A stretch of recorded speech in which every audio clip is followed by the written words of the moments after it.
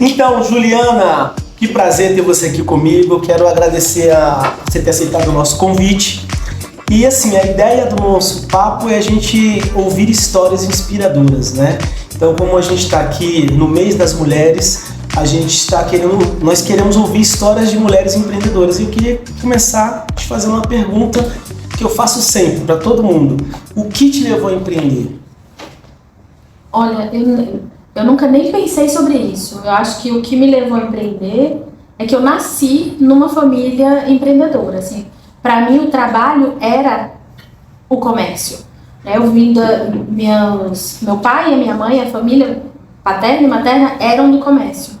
Então, eu não sei, eu nunca vi ninguém ter um emprego formal na minha casa. Ninguém era concursado, ninguém tinha salário. Então, eu nasci nisso. Eu acho que eu acho que com 7 anos eu já vendia bijuteria da Xuxa. Nossa, que legal. Com 10 eu e a minha irmã, a gente já vendia brigadeiro na escola. Então, eu nem sei te dizer se quando era criança eu sabia que tinha alguém que tinha outro meio de vida que não fosse aquele, entendeu? Quando você vai crescendo, óbvio, você vê outras profissões. Mas era o natural da minha vida, era esse. Como é que foi a trajetória? Como é que você começou? Depois da bijuteria da Xuxa, como é que foi? Vai, me conta aí. Então, eu tinha essa riqueza, né? Eu tinha essa riqueza de família que eu acho que é uma riqueza, é um luxo. A família do meu pai mexia com restaurante, com comida. Então, empreendiam com área de gastronomia. E da minha mãe com um comércio mais ligado de moda, armarinho, né? Então, eu tinha essas duas vertentes. Né? Tanto mais o comércio de moda, feminino, maquiagem, tudo que existe, porque assim, eu morava no interior da Bahia, né? De onde? Onde que é? Senhor do Bonfim. Legal. Senhor do Bonfim fica no norte da Bahia, lá perto de Juazeiro, tal, já quase divisa com Pernambuco. Então a minha avó materna, ela era uma pessoa muito visionária. Ela saía lá do sertão da Bahia, ia para São Paulo, que naquela época era como uma viagem internacional. Ela comprava revistas francesas. Nossa. E ela via o que ia entrar na moda. Então ela aproveitava, comprava todos os tecidos, aviamentos, né? Ela foi a primeira pessoa que trouxe lingerie para o sertão para vender. Era uma estilista. Ela não desenhava nem costurava, ela vendia os aviamentos. Então ela começou a ter um armarinho na garagem de casa, né? E meu avô era aquele caixeiro de viajante, ela falava, fica em casa, né? Sente falta de ter uma pessoa ali, o marido ali, os filhos nascendo. E ele falava, não posso ficar, esse seu armarinho aqui é muito pequeno na garagem, não dá pra gente viver disso. E a coisa foi crescendo tanto que ele passou a ficar, né? Eles tomaram conta do negócio, ia para São Paulo 2 vezes ao ano fazer essas compras. Eles alugavam um caminhão, era tudo muito mais difícil, né? Hoje eu entro no WhatsApp, falo com o fornecedor lá em São Paulo, chega na minha casa em 24 horas. Eles tinham que alugar um caminhão e carregar de tudo, de armarinho, de aviamento, de linha, de botão, de zíper, de elástico, de tudo, né? Para fazer uma roupa, porque hoje a gente entra na loja e a gente nem lembra de como era, né, que se fazia uma calcinha, né? Se a gente pensar em anos 50, no interior da Bahia, não tinha lingerie pronta. Tinha que você ia na costureira fazer, né, sua roupa íntima. Então ela comprava tudo isso, trazia, fazia um investimento, né? Minha mãe sempre falava, minha infância toda era meu pai dizendo que tinha duplicado para pagar. E por outro lado da minha família, minha avó também fez isso. Ela veio de Santa Catarina abrir restaurante no interior da Bahia, que foi uma grande mudança na vida dela, né? E eu cresci nisso, entre a cozinha, o armário da minha avó, mas elas trabalhando o tempo inteiro e produzindo, né? E era a cabeça, né? Minha avó era a chefe da cozinha, né? O meu avô era o administrador, o que ficava no salão, mas na cozinha quem mandava sempre era ela. Então, às vezes a pessoa fala, mas todo mundo tem uma avó que cozinha bem. Eu cozinhava bem? Não, a minha avó era realmente, né, chefe de cozinha, comandava a equipe. Então a pessoa fala, você não tem nada da sua avó, uma panela, uma coisa? Eu falo, não, gente, a minha avó tinha panelão, a minha avó tinha cilindro industrial dentro da cozinha. Então, esse universo sempre me encantou muito, essa possibilidade de você fazer a sua vida. Legal. Né? Eu não me imagino nunca E todo mérito ao meu marido, por exemplo, que tem esse perfil de ir todos os dias para o mesmo lugar, cumprir aquele horário, sentar naquela mesa. Isso seria algo contra a minha liberdade, que é algo que eu prezo muito. Então, pelo que você está falando, liberdade é um valor muito forte para você. Muito, bastante. E assim, não é que o empreendedorismo você faz o que quer, não. Não estou vendendo isso de jeito nenhum. Ao contrário, você tem mais responsabilidade, você não tem esse horário para ir embora, né? Porque às vezes você pensa assim, não, eu vou no dia que eu quero. É tipo assim, você abre mão de um chefe para ter todos os chefes, porque todo cliente acaba sendo o seu patrão, né? Todo cliente acaba sendo. E os seus funcionários também, você tem muita responsabilidade, né? São famílias ali que vivem por conta do seu negócio. Isso você tem que ter muita responsabilidade, principalmente como o formato da Bentô. A gente tem uma equipe hoje 100% feminina. A gente dá prioridade a mulheres acima de 35 anos que tenham filhos. Olha que então a gente sabe que aquela mulher, ela precisa estar ali. Ela vai ter que ter algum nível de flexibilidade. A gente vai ter que ter um entendimento com ela de que um filho doente, uma apresentação da escola no final do ano é algo muito importante para ela. E ela não vai me trazer um atestado. Entendi. Entendeu? Não existe previsão legal de que a mulher pode faltar na apresentação de final de ano do filho dela. Entendi. Entendeu? Então a gente tem esse entendimento, que aí tem ganhos e perdas, mas que a gente escolheu fazer assim. Porque a gente acha que é aí um público que precisa desse olhar. Legal, só que segura aí a Bentô. Tá. Eu quero chegar na Bentô, vamos chegar na Bentô. Então, olha só, você lá sendo influenciada pelos seus avós, a família já com essa veia, esse viés empreendedor, aí você se viu em que momento que, depois lá da bijuteria, em que momento que você se viu, cara, é isso que eu quero fazer e como é que começa a tua trajetória? A trajetória da Juliana. Eu acho que eu não pensei nisso racionalmente. Sim, sabe? Aí imagino. eu levo pra psicanálise, assim. Eu sempre fui muito pra área da saúde. Ah, legal. E aí depois que eu me formei, eu queria muito ir pra a parte acadêmica. Mas quando a pessoa perguntava assim, tá, mas o que é que você quer? Eu falava, eu preciso ensinar as meninas a trabalharem. Porque eu vim da academia e eu tive filhos na faculdade, eu fui mãe muito cedo. Então, eu me sentia muito oprimida na faculdade. Por exemplo, quando no meio acadêmico eu falava que a minha prioridade eram os meus filhos e o resto eu tinha que encaixar, né? Tinha que fazer primeiro eles, porque eu acho que a responsabilidade de botar um ser humano no mundo é muito grande, né? E aí, quando eu saí da faculdade, eu fiz mestrado, ainda, né, muito envolvida nisso da academia. Eu queria formar outros profissionais, eu queria ensinar elas a trabalharem. E aí eu vim para Brasília, no meio do meu mestrado, meu marido... Que ano mais ou menos? Isso foi em 2013. Em 2012 ele veio para cá. Eu tava... Ele também é de lá, da Bahia? Também. Ele veio para cá. Brasília é um centro ainda grande de oportunidade no nosso país. E eu sou uma entusiasta de Brasília, assim, sabe? A realidade que a gente tem aqui é muito, muito diferenciada. Já dizia o João de Santo Cristo, meu Deus, mas que cidade linda! Cidade linda! Novo, eu começo a trabalhar.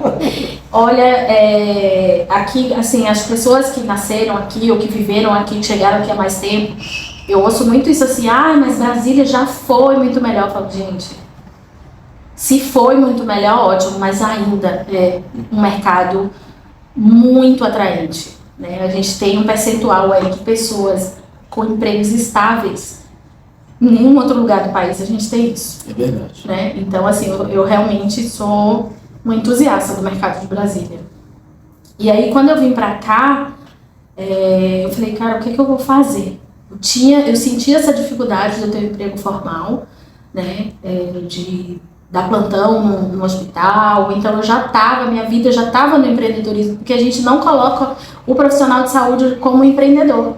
Mas se ele tem um consultório, né? Ele é um empreendedor. Cada consulta que ele fecha é uma venda, né? Um paciente que ele fecha, um pacote que ele fecha, né? Hoje eu acho que talvez as meninas mais novas tenham mais essa consciência, e eu espero que tenham, mas a gente não foi criada assim.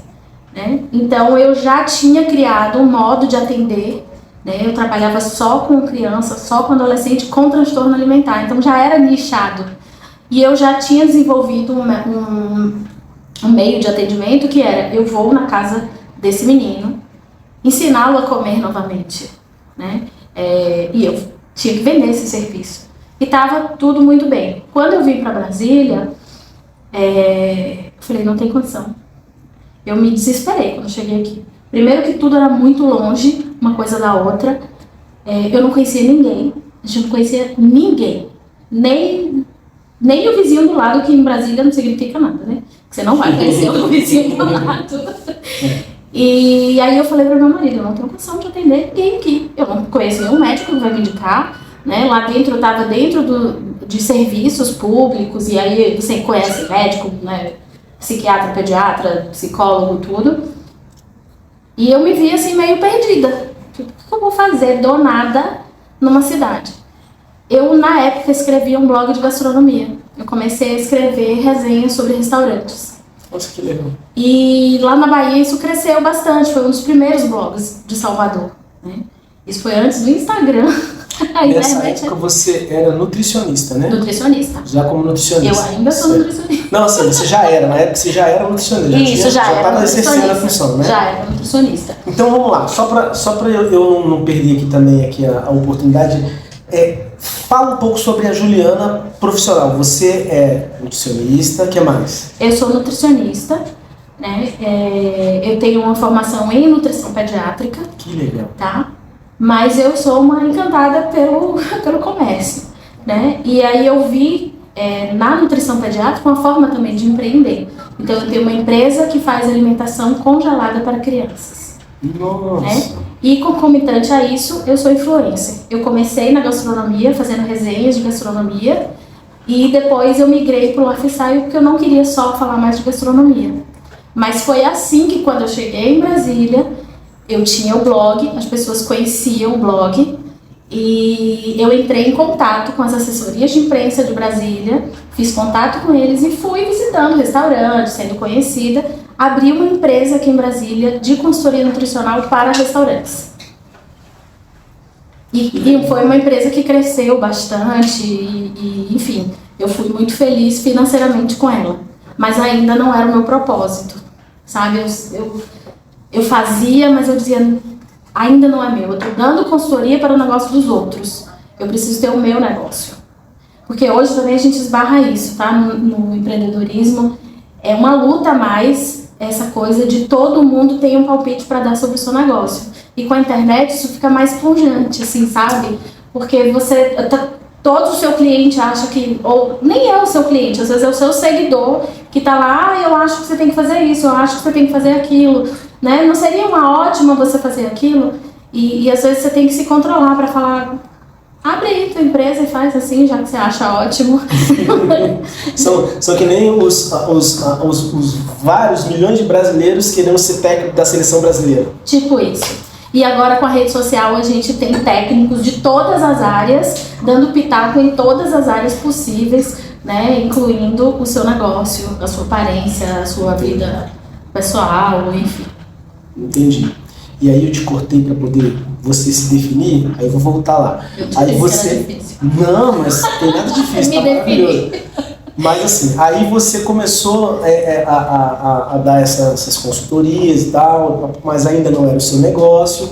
E aí quando é que você começou bom, agora eu vou começar, entendi o meu propósito, vou caminhar para aquilo que eu entendo. E aí se você quiser aproveitar e já falar da Bentô, não sei se foi nesse momento. Deixa eu só dar 2 passinhos para trás, porque Ótimo. assim, foi o meu trabalho como blogueira que me fez ter contato com um monte de gente aqui em Brasília. Foi assim que eu conheci um monte de gente e foi assim que eu vendi o meu serviço. Eu falei, bom, já que o blogueiro ele trabalha para outras marcas, eu vou ser o influencer do meu negócio. Eu vou vender o meu negócio para outras pessoas, né? Então, foi assim que eu comecei a atender um monte de empresas em Brasília. Uma delas era a Bentô Kids. A Bentô Kids já existia. Eu atendia a Bentô Kids como nutricionista. Era uma empresa muito pequena e com um formato ainda pouco comercial. Só que eu via muito potencial nela. Então, eram 2 sócias, eu atendia elas me ventilaram a possibilidade de vender. Uma delas vender a parte delas. Eu falei, eu acredito muito nessa empresa. Eu tenho muito a fazer nessa empresa. E eu já estava querendo aquietar, eu já estava sentindo no meu coração essa coisa de eu quero cuidar da minha vida, eu quero cuidar da minha empresa, eu quero deixar um legado, né? Eu não quero mais ficar dando conta do negócio dos outros. E aí eu fiz uma oferta para comprar a parte de uma delas, né? E fiquei com a Adriana, que hoje é minha sócia, e a gente mudou a empresa completamente, né? Porque eu falava para ela, olha, eu gosto de ganhar dinheiro. E isso é uma coisa muito difícil da mulher admitir. Porque a gente gosta de falar, às vezes a gente fala assim, não... Conte mais sobre isso. Toda mulher, não, a mulher gosta de dinheiro. Não, às vezes é assim, parece que a gente gosta de ganhar dinheiro. Mas na verdade, a mulher gosta de ter dinheiro, gosta de fazer dinheiro. Né? E eu me lembro que no primeiro dia que eu cheguei para ter reunião com os funcionários, eu falei, gente, algumas coisas vão mudar, porque eu gosto de ganhar dinheiro, isso aqui tem que dar dinheiro, e se alguma aqui de vocês é uma herdeira, uma pessoa que ganhou na Mega Sena e está aqui trabalhando só por prazer, pode levantar a mão. Como ninguém nunca levantou em nenhuma reunião, todo mundo que está trabalhando é porque precisa fazer dinheiro, né? Precisa sustentar suas famílias, ou seus luxos, o que quer que seja. A gente tem que desmistificar essa relação da mulher com o dinheiro. Já chegou chegando. Já cheguei chegando. Todos pediram demissão. Sério? Na semana seguinte. É sério isso? É sério. E aí? Foi ótimo. Porque, assim, primeiro que quem eu contratei, eu já fui colocando dentro dos meus propósitos. A gente tinha, de fato, o desejo de escalonar a empresa. E para escalonar, a gente tem que procurar uma série de ferramentas em alimentação. Assim, se você não usa ferramentas, se você não organiza seu processo, o dinheiro você não vê. Olha aí, Carol. Né? Então, assim, você de fato tem que trabalhar com o processo. E, como eu falei para você, eu prezo muito pela minha liberdade. Para isso virar uma rebeldia, você não fazer o processo daqui para ali. Então, você tem que voltar e falar, dá trabalho, mas vale a pena. Né? Você tem que controlar custo, você tem que ter noção e, principalmente, você tem que fazer tudo igual. Entendi. Sem processo, você não faz. E como é que era a Bentô antes de você chegar? Quando você era consultora, você via a Bentô era de um jeito. Aí você chegou e quer mudar tudo. Como é que era e o que virou depois que você chegou? Bom, primeiro, a principal mudança na empresa é que o seguinte... Além do pessoal sair, todo mundo saiu. Todo mundo pedir conta. Mas só assim, foi ótimo. Por que eu falei que foi ótimo? Porque eu comprei a Bentô 40 dias antes da pandemia. Então, quando chegou a pandemia, quando fechou o comércio, eu não tinha folha de pagamento. Nossa, que benção. Eu só tinha freelas. Que legal, hein? Então, assim, caramba. Eu falei, bom, eu não tenho funcionário, mas eu também não tenho folha e eu sei trabalhar. E eu não tenho medo de trabalhar, então eu vou pra cozinha pra fazer. Tá? E a principal mudança, que é um conceito pra mim de comida, é que assim, comida precisa ser gostosa. O produto da Bentô era muito bonitinho. E ninguém come bonitinho. O bonitinho é plus. Você fala assim, claro que a gente come com os olhos e tal. Mas pode ser o prato mais lindo, aqueles doces lindos. Se você prova e é ruim, tem que ter sabor. Você não volta a comer. Você pode comer até uma vez, mas depois você não volta a comer. Né? Então, comida tem que ser gostosa. Eu mudei todo o receituário. Eu implantei um receituário novo. E a gente, eu e a minha sócia, que é a pessoa, a santa, que cuida das finanças. Olha aí, olha. A santa. A gente implantou, de fato, processos robustos na empresa para ter controle de qualidade, né, para ter padrão, porque a gente precisa ter padronização. Né? Tem coisa pior que você vai comer no lugar, aí você ama e depois você volta e fala, nossa, não estava igual. Verdade. Né? É muito frustrante. Verdade. Então a comida precisa ser muito gostosa, que é o principal atrativo da comida. E aí a gente implantou também a coisa de ser nutritiva. Porque a gente tem hoje, sim, um público que investe em boa nutrição para os filhos. Né? E aí eu enriqueci todas as receitas, porque eu era uma criança extremamente seletiva.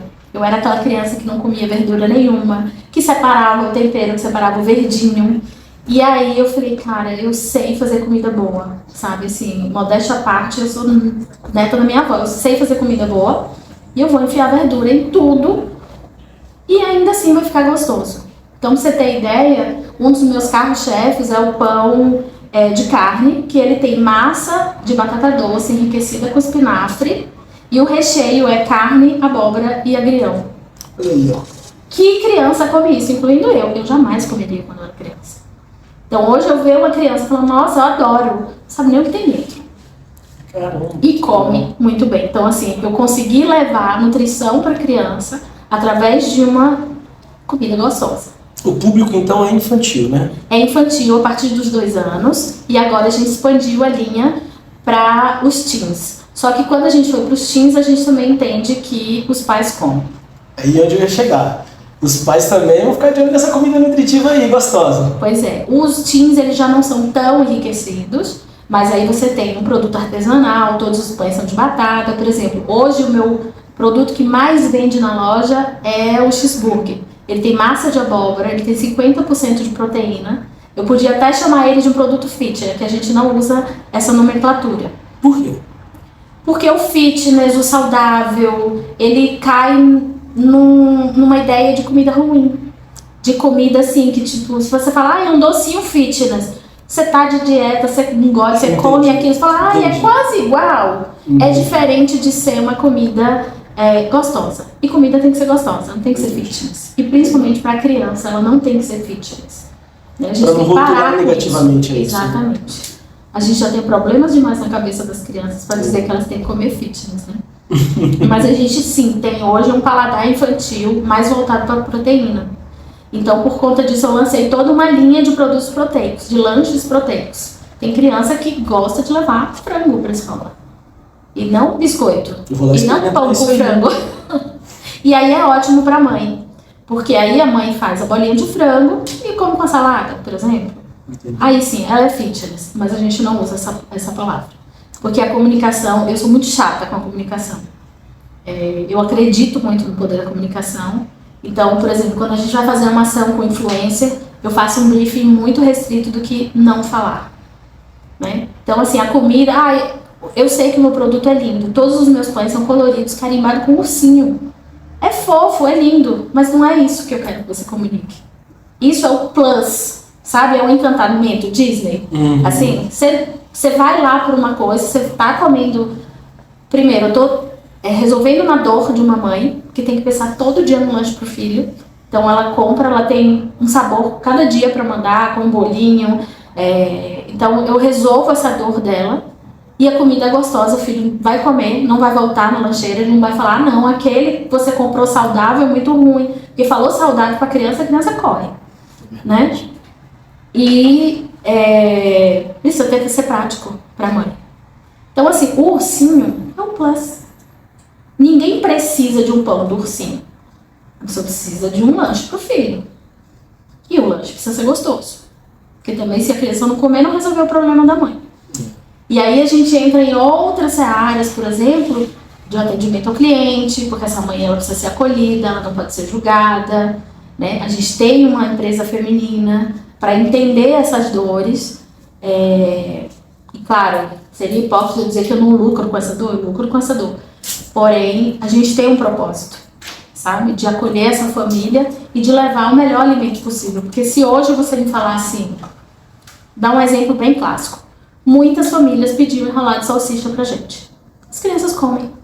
Quando eu fui pro Instagram, que é um excelente método de pesquisa, perguntar, seu filho já comeu enrolado de salsicha? Ele gosta? Ele ama. Se der, ele come todo dia.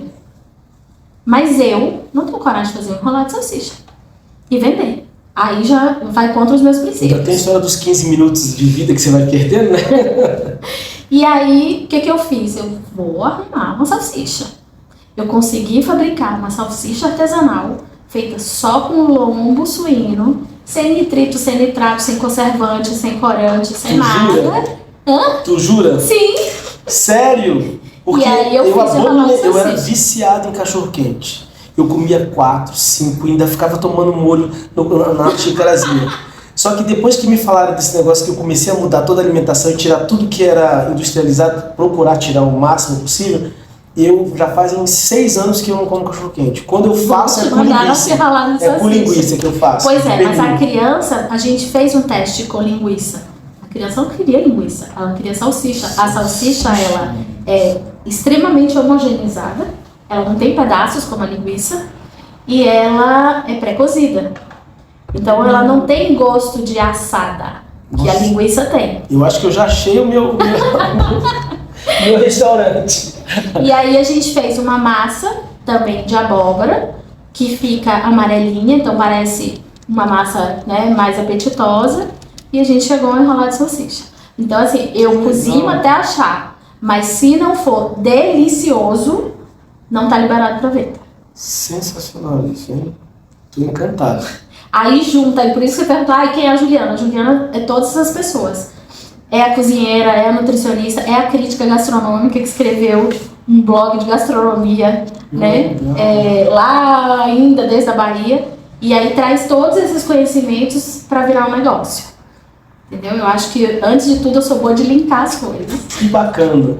E Juliana, quais são os principais desafios que você enfrenta nesse negócio, em ser empreendedora? Quais são as coisas que hoje, assim, quando você lida, você fala assim, não, aqui tem aprendizado para obter. Quais são os principais desafios no seu negócio e, enfim, nessa sua realidade empreendedora?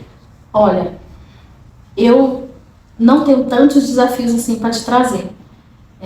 Eu tenho a sorte de ter uma sócia muito boa. Quando eu aceitei comprar 50% da Bentô, eu mal a conhecia, mas eu via a postura dela e via que era uma pessoa muito séria.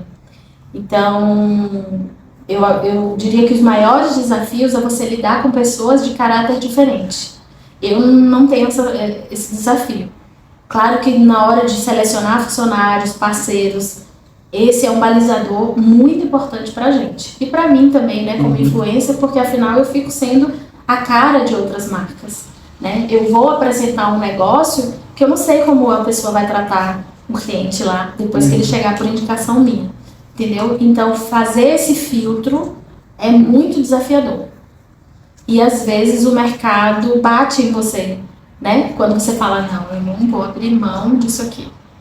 Você tem que realmente ter muita tranquilidade de saber quem você é, se agarrar muito a isso. Então, hoje eu não tenho tanta essa dificuldade para te falar, porque eu já estou colhendo frutos de ter acreditado nos meus valores, sabe? Assim, eu e a Adriana,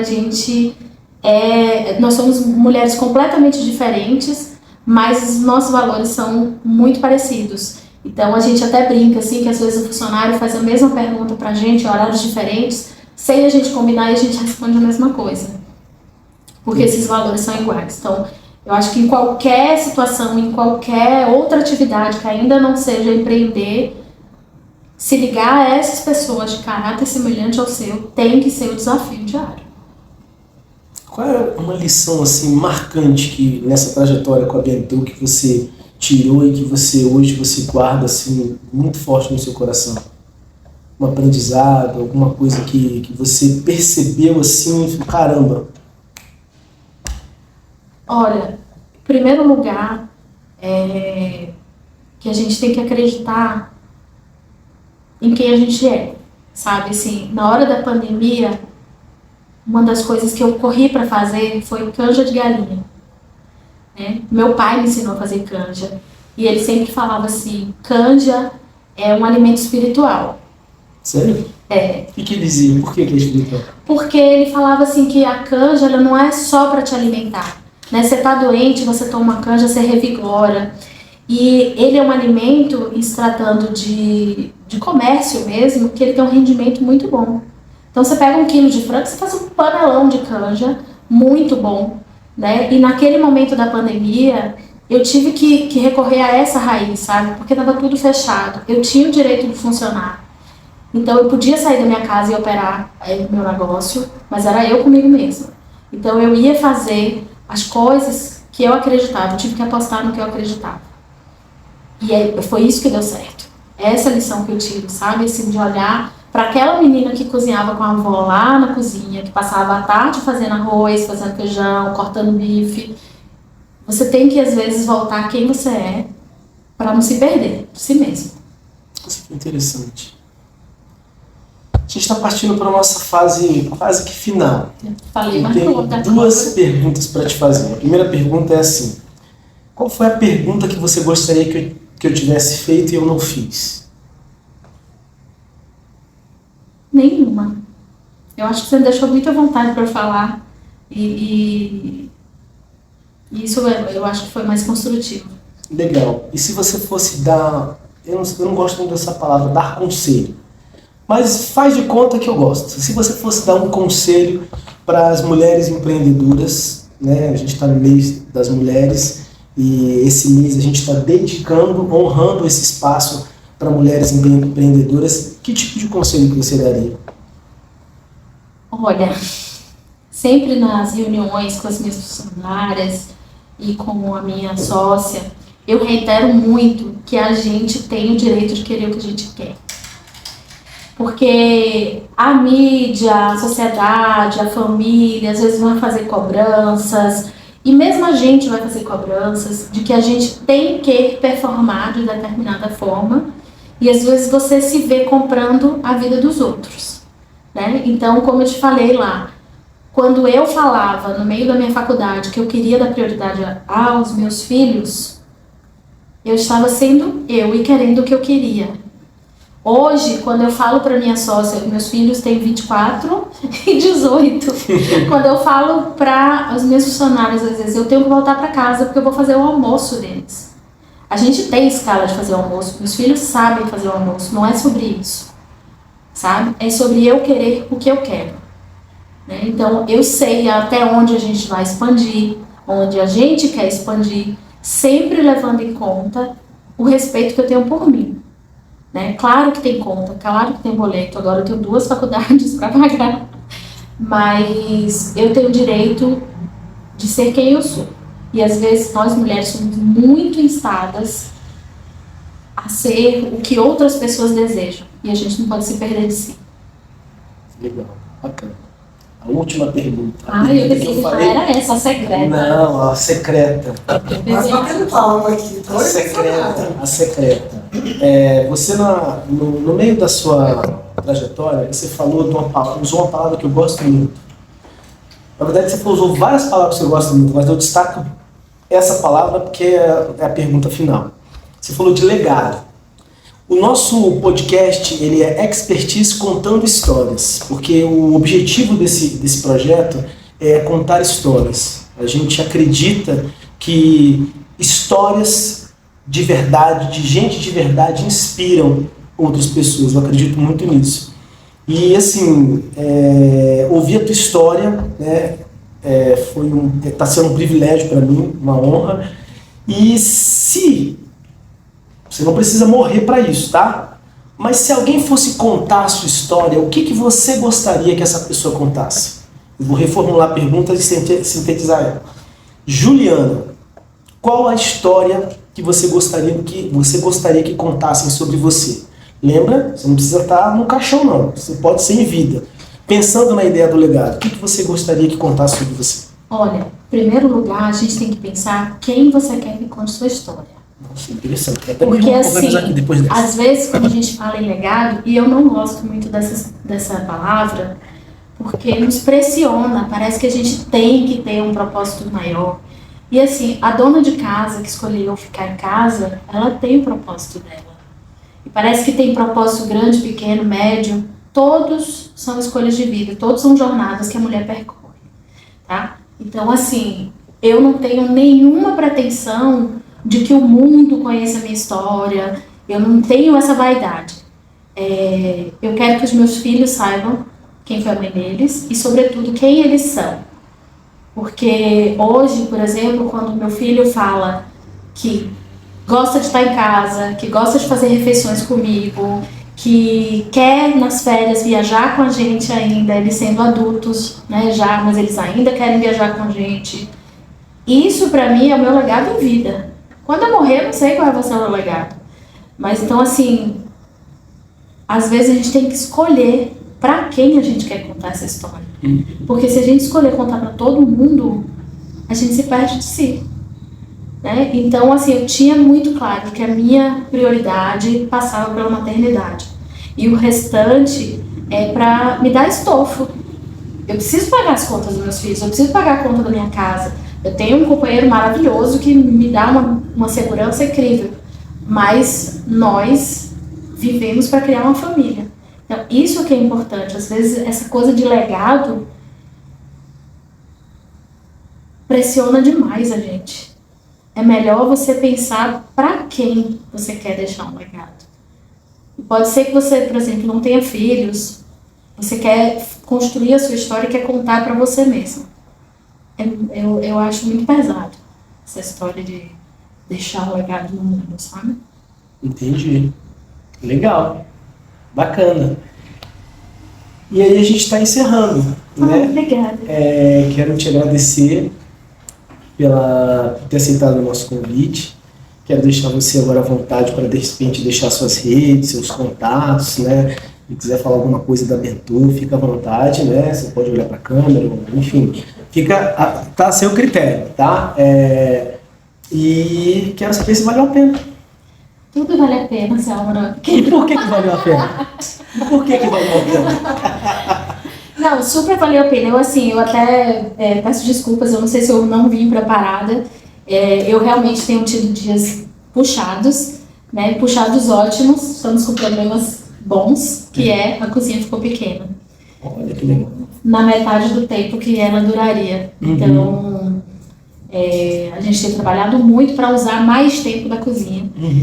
E aí eu vim, honestamente, sem nenhuma expectativa. Eu falei, por isso que eu te perguntei, você tem umas perguntas? Porque eu não tive tempo nem de pensar em possíveis perguntas e possíveis respostas. Assim foi mais gostoso. Você falou de gostoso hoje. Pois é. Assim foi mais gostoso. E aí, como eu falei que tem que ser gostoso, tem que ser gostoso, né, gente? Então, tudo tem que ser gostoso. Legal. Então fica à vontade para deixar os seus contatos aí. Pois eu sou igual o pai do Cris, eu tenho 2 empregos. Então eu tenho a rede da Mentor Kids Brasília, e o meu como influencer é o Braga, né, que já foi Comer Rezando. Já foi o quê? Comer Rezando. Legal. Hoje quem leva o Comer Rezando é o Max Cagé, que é um jornalista maravilhoso. Aqui eu passei o bastão, me despedi dessa fase, né, de só falar de comida. Eu tinha essa necessidade de falar com outras mulheres, trazer um pouco a minha experiência de vida. E é isso, a gente vai conversando, batendo papo e comendo bem. Legal, obrigado. Gente, então a gente vai fechar por aqui. Obrigado aí pelo tempo que você dedicou, né? Tive a oportunidade de conhecer a Juliana e espero que vocês tenham curtido. Continue com a gente, seguindo, compartilhando. É isso aí. Um abraço!